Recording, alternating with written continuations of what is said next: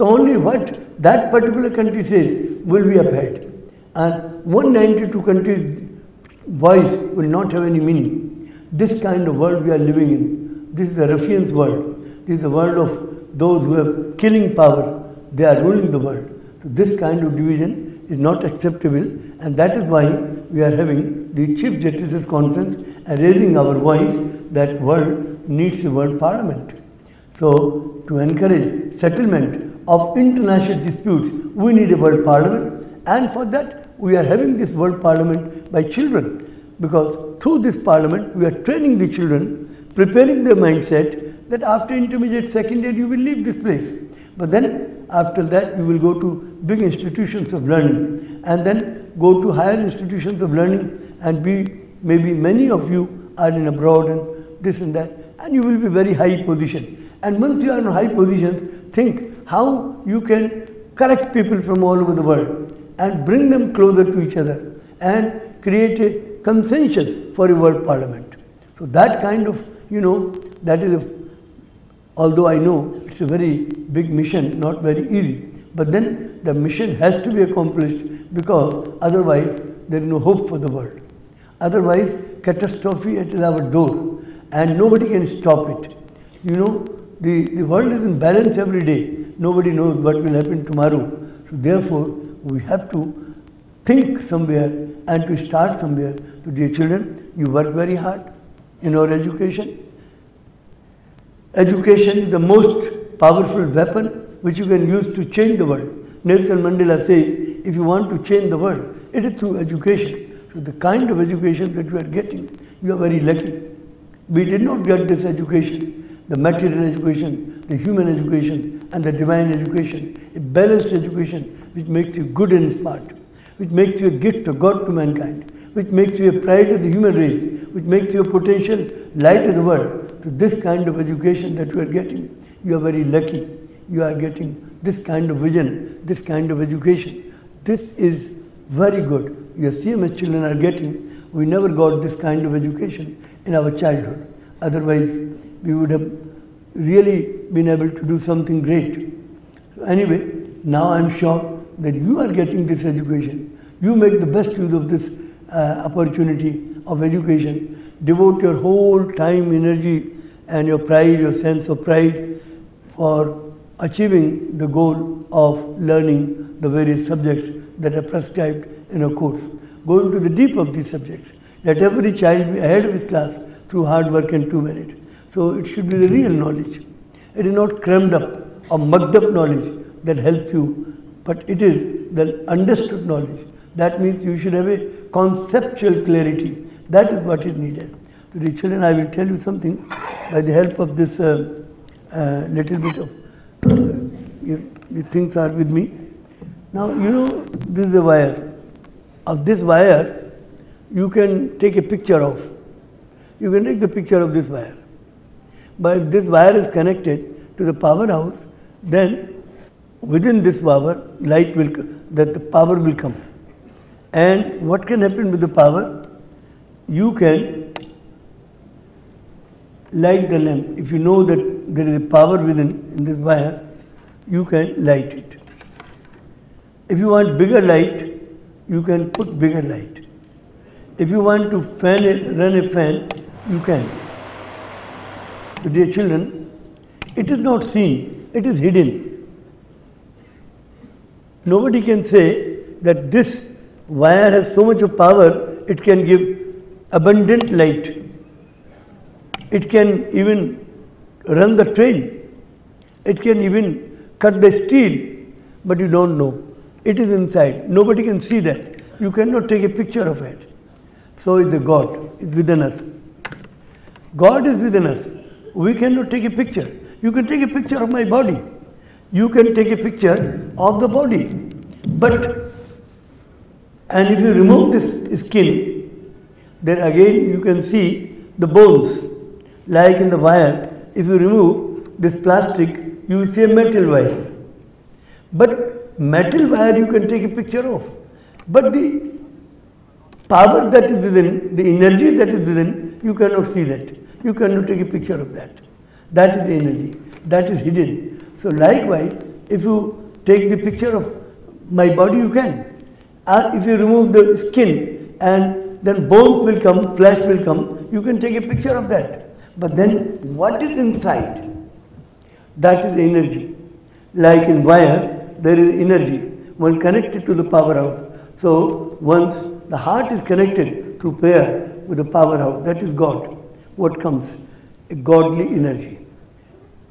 All men in this world, all men, like great rishis, munis, even Abraham Lincoln, Mahatma Gandhi, Nelson Mandela, Martin Luther King Jr., all these great people, what do they have with them?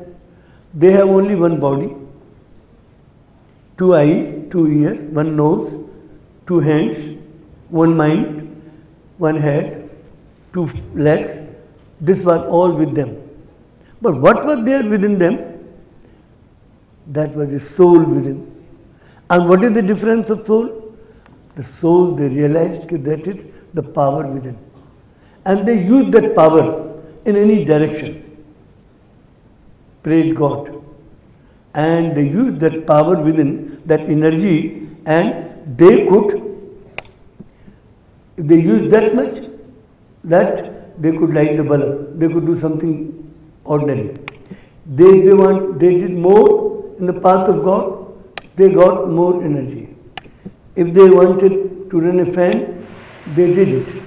These people became so great that Abraham Lincoln changed the course of life of America. He united 50 states and made the United States of America. He mitigated the differences of blacks and whites. All the children, blacks also, he allowed to study in his schools with the whites. He brought democracy to America, whereas there were the kings were ruling America, various states.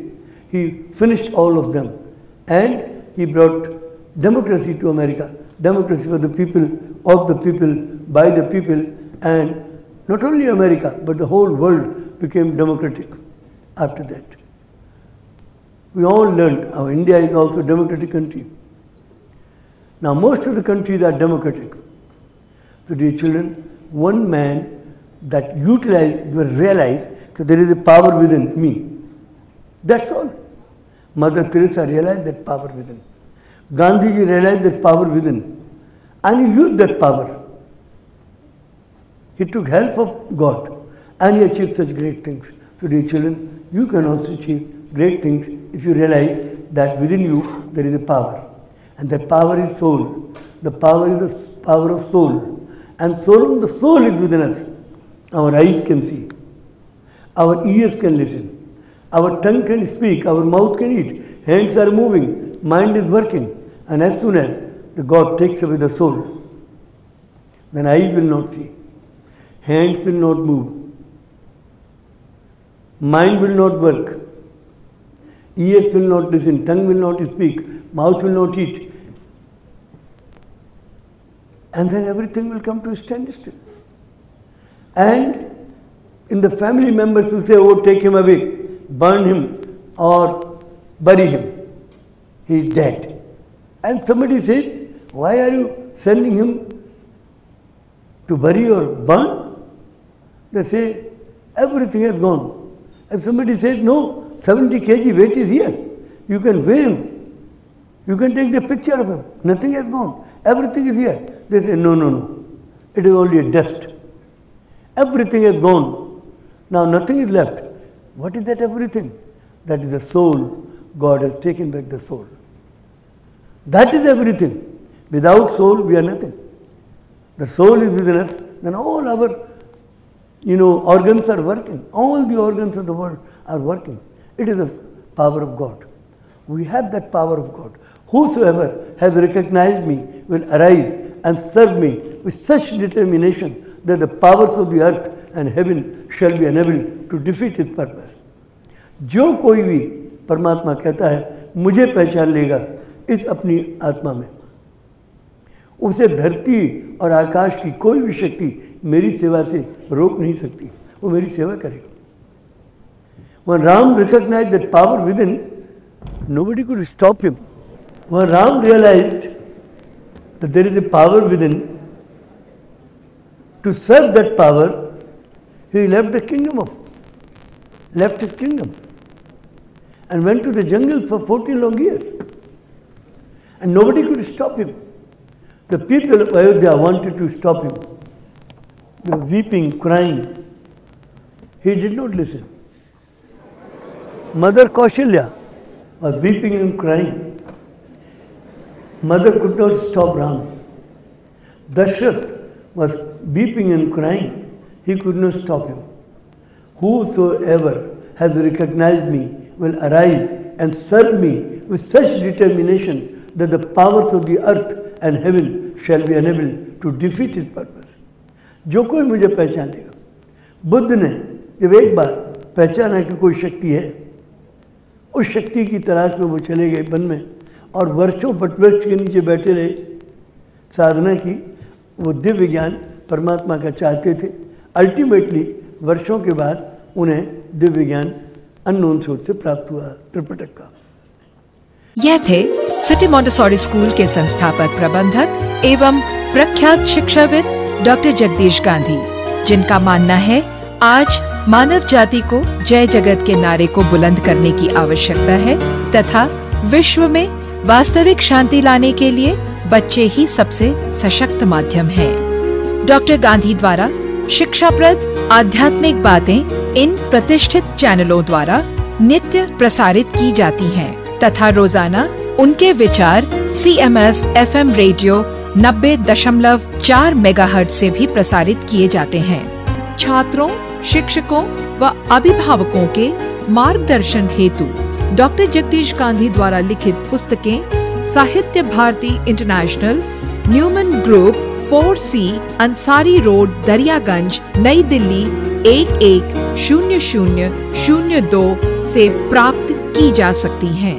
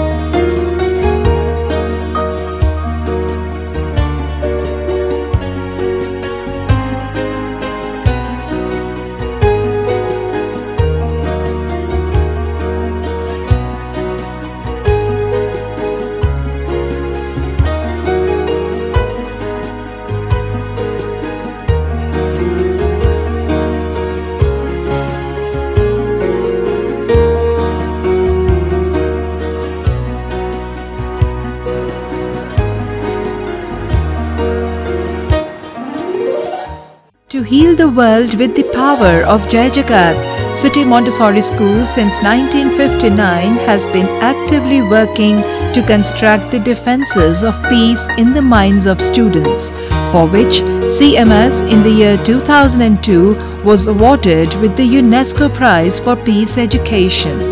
A Guinness World Record holder for being the largest city school in terms of number of students enrolled.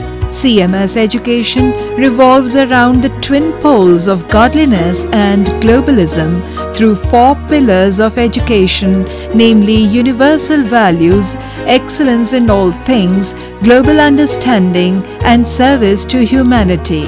It is no wonder that City Montessori School's Gomti Nagar first campus has been awarded first prize for academic reputation at all India level by the Education World magazine in its India School Rankings of 2015.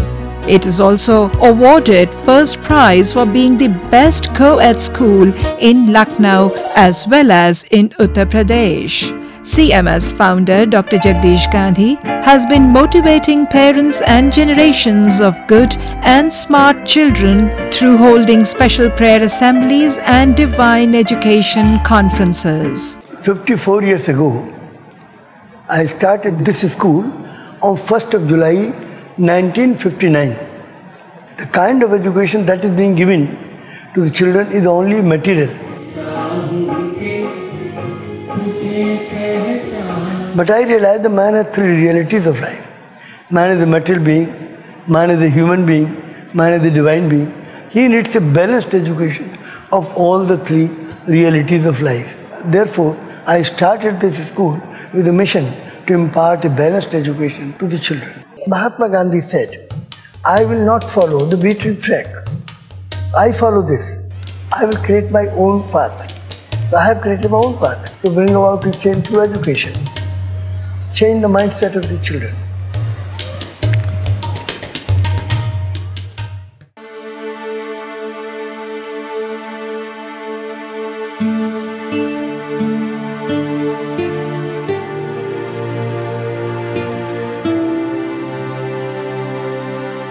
Right Honourable Mr. Anirudh Jagannath, Prime Minister of the Republic of Mauritius. Convener of the conference and founder manager of City Montessori School, Honourable Chief Justice of India, Honourable Chief Justices, Excellencies, distinguished guests, ladies and gentlemen, and dear students, good afternoon to all of you. First of all, I wish to thank the City Montessori School, Lucknow, for inviting me to be the chief guest at this 17th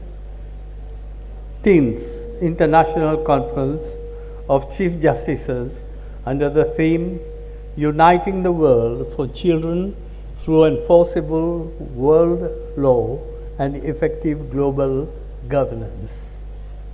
I congratulate the City Montessori School, Dr. Jagdish Gandhi, its founder manager and convener of the conference, and his associates and staff for this laudable initiative. I can say I am impressed to see so many former heads of states, chief justices, and judges of apex courts present here to reflect in a judiciary perspective on the issue of world peace and security so that we can leave the best possible legacy to the more than 2.5 billion children of the world and future generations. All of us gathered here today are all too familiar with the horrendous human suffering in zones of war. Years of conflict have forced thousands to flee their homes and left so many dead or wounded. There are so many children growing up without proper access to education, security, or health care. Since the Second World War, the world scene has been the theater of so many disastrous happenings, of crimes against humanity, of terrorist attacks, that we cannot but join hands together in the interest of mankind. Indeed, ladies and gentlemen, we have the duty to safeguard the children of the world and generations yet to be born from the myriad threats of international terrorism, possible wars and nuclear holocausts, global warming and climate change. All these threats are of great concern to our children, and I wish to extend my full support to the appeal being made by the students of City Montessori School in the world, to the world judiciary to discuss and map out the best way forward.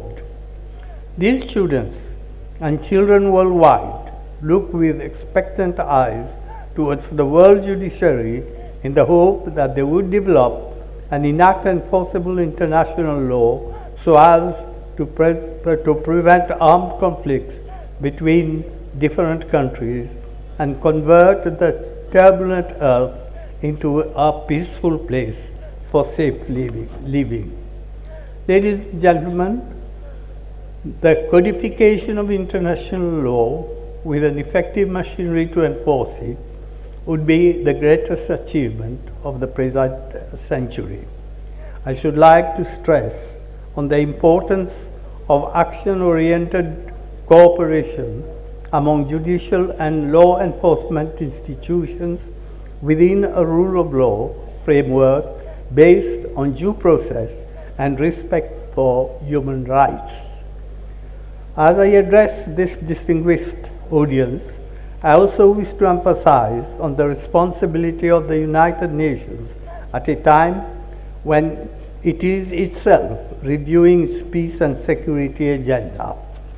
It is most crucial that the United Nations assumes its leading role in ensuring international policy coherence for peace and security, protection of human rights, disarmament, and destruction of all the nuclear weapons. It is also imperative, in my view, to empower the International Court of Justice so that the decisions given by the court may become binding on all nations. This will help in preventing wars. Ladies and gentlemen, in the 2030 Agenda for Sustainable Development, we find the promise and recognition that peace, security, climate change, and development are closely interlinked. But do all nations, particularly small island developing states like Mauritius, have the means to address these issues holistically? The answer is no. Countries like Mauritius imperatively need long-term development assistance and international funding to strengthen institutional resilience against both man-made and natural disasters. We wish to see more commitment from the international community in that respect. There should equally be a focus on gender equality worldwide. Gender-sensitive approaches will no doubt enhance the effectiveness of peace and nation building. Distinguished participants, the universality of mankind as one family, encapsulated in the Sanskrit phrase Vasudeva Kutumbakam, is the guiding philosophy of the provisions of Article 51 of the Constitution of India, which promotes understanding between peoples for the world, for peace, for peoples of the world, for peace, security to prevail globally. If we abide by that philosophy and act accordingly, so many problems of the world can be solved. Ladies and gentlemen, Mauritius shares the culture and ethos of India.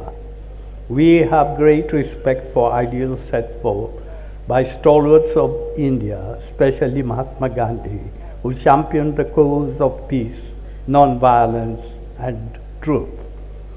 That is why I am convinced that the initiative of the City Montessori School from the land of Mahatma Gandhi will bear its fruits. I extend my very best wishes to all of you and hope that the deliberations at this conference will bring out valuable results in the form of your firm resolve in the interest of world unity and world peace. I shall conclude by quoting Pandit Jawaharlal Nehru said, either the world, I quote, either the world will unite or it will perish, unquote. May God bless you all and bless the world. I thank you for your attention. And Honorable Mr. Mata Prasad Pandey, Speaker of the Uttar Pradesh Legislative Assembly. भारतीय संविधान के अनुच्छेद 51 पर आयोजित विश्व के मुख्य न्यायाधीशों के 17वें अंतर्राष्ट्रीय सम्मेलन में प्रतिभाग हेतु पधारे मॉरिशस के प्रधानमंत्री महामहिम श्री अनुरुद्ध जगन्नाथ जी, गुयाना के प्रधानमंत्री महामहिम श्री मोसेस नागामोतो जी, दक्षिण अफ्रीका के पूर्व राष्ट्रपति महामहिम गलेबा मोतलांथे जी और भारत सरकार के कानून मंत्री लॉ मिनिस्टर परम आदरणीय रमशंकर प्रसाद जी, क्रोएशिया के पूर्व राष्ट्रपति महामहिम स्टेफान मैसिक जी, मॉरिशस के पूर्व राष्ट्रपति महामहिम कासम उत्तेश जी, सूडान के पूर्व राष्ट्रपति महामहिम अब्दुल रहमान सुरल वहाब साहब, तवालू के गवर्नर जनरल महामहिम श्री लोकोबा टी इटालेली जी, के साथों के प्रधानमंत्री डॉक्टर पकलीथा बिमुएल मुसीसिले जी, के साथ ही विश्व के 63 देशों से लखनऊ में पधारे माननीय न्यायाधीशों, कानूनविदों का मैं देश के सबसे बड़ा प्रांत उत्तर प्रदेश की विधानसभा के अध्यक्ष के रूप में हार्दिक स्वागत और अभिनंदन करता हूँ। इतिहास गवाह है कि मनुष्य को युद्ध और हिंसा से केवल दुख, दर्द, पीड़ा और खून खराबे के अलावा कुछ और प्राप्त नहीं हुआ। वास्तव में महत्वपूर्ण बात यह है कि हमें अपनी पिछली गलतियों को दोहराना नहीं चाहिए, बल्कि हमें शिक्षा द्वारा ऐसे बीज बोने चाहिए जिससे विश्व एकता और विश्व शांति पर आधारित एक नया समाज गठित हो। शिक्षात्मक, सांस्कृतिक कार्यक्रम एवं चिंतन हेतु विश्व एकता सत्संग में आप सभी सपरिवार सादर आमंत्रित हैं।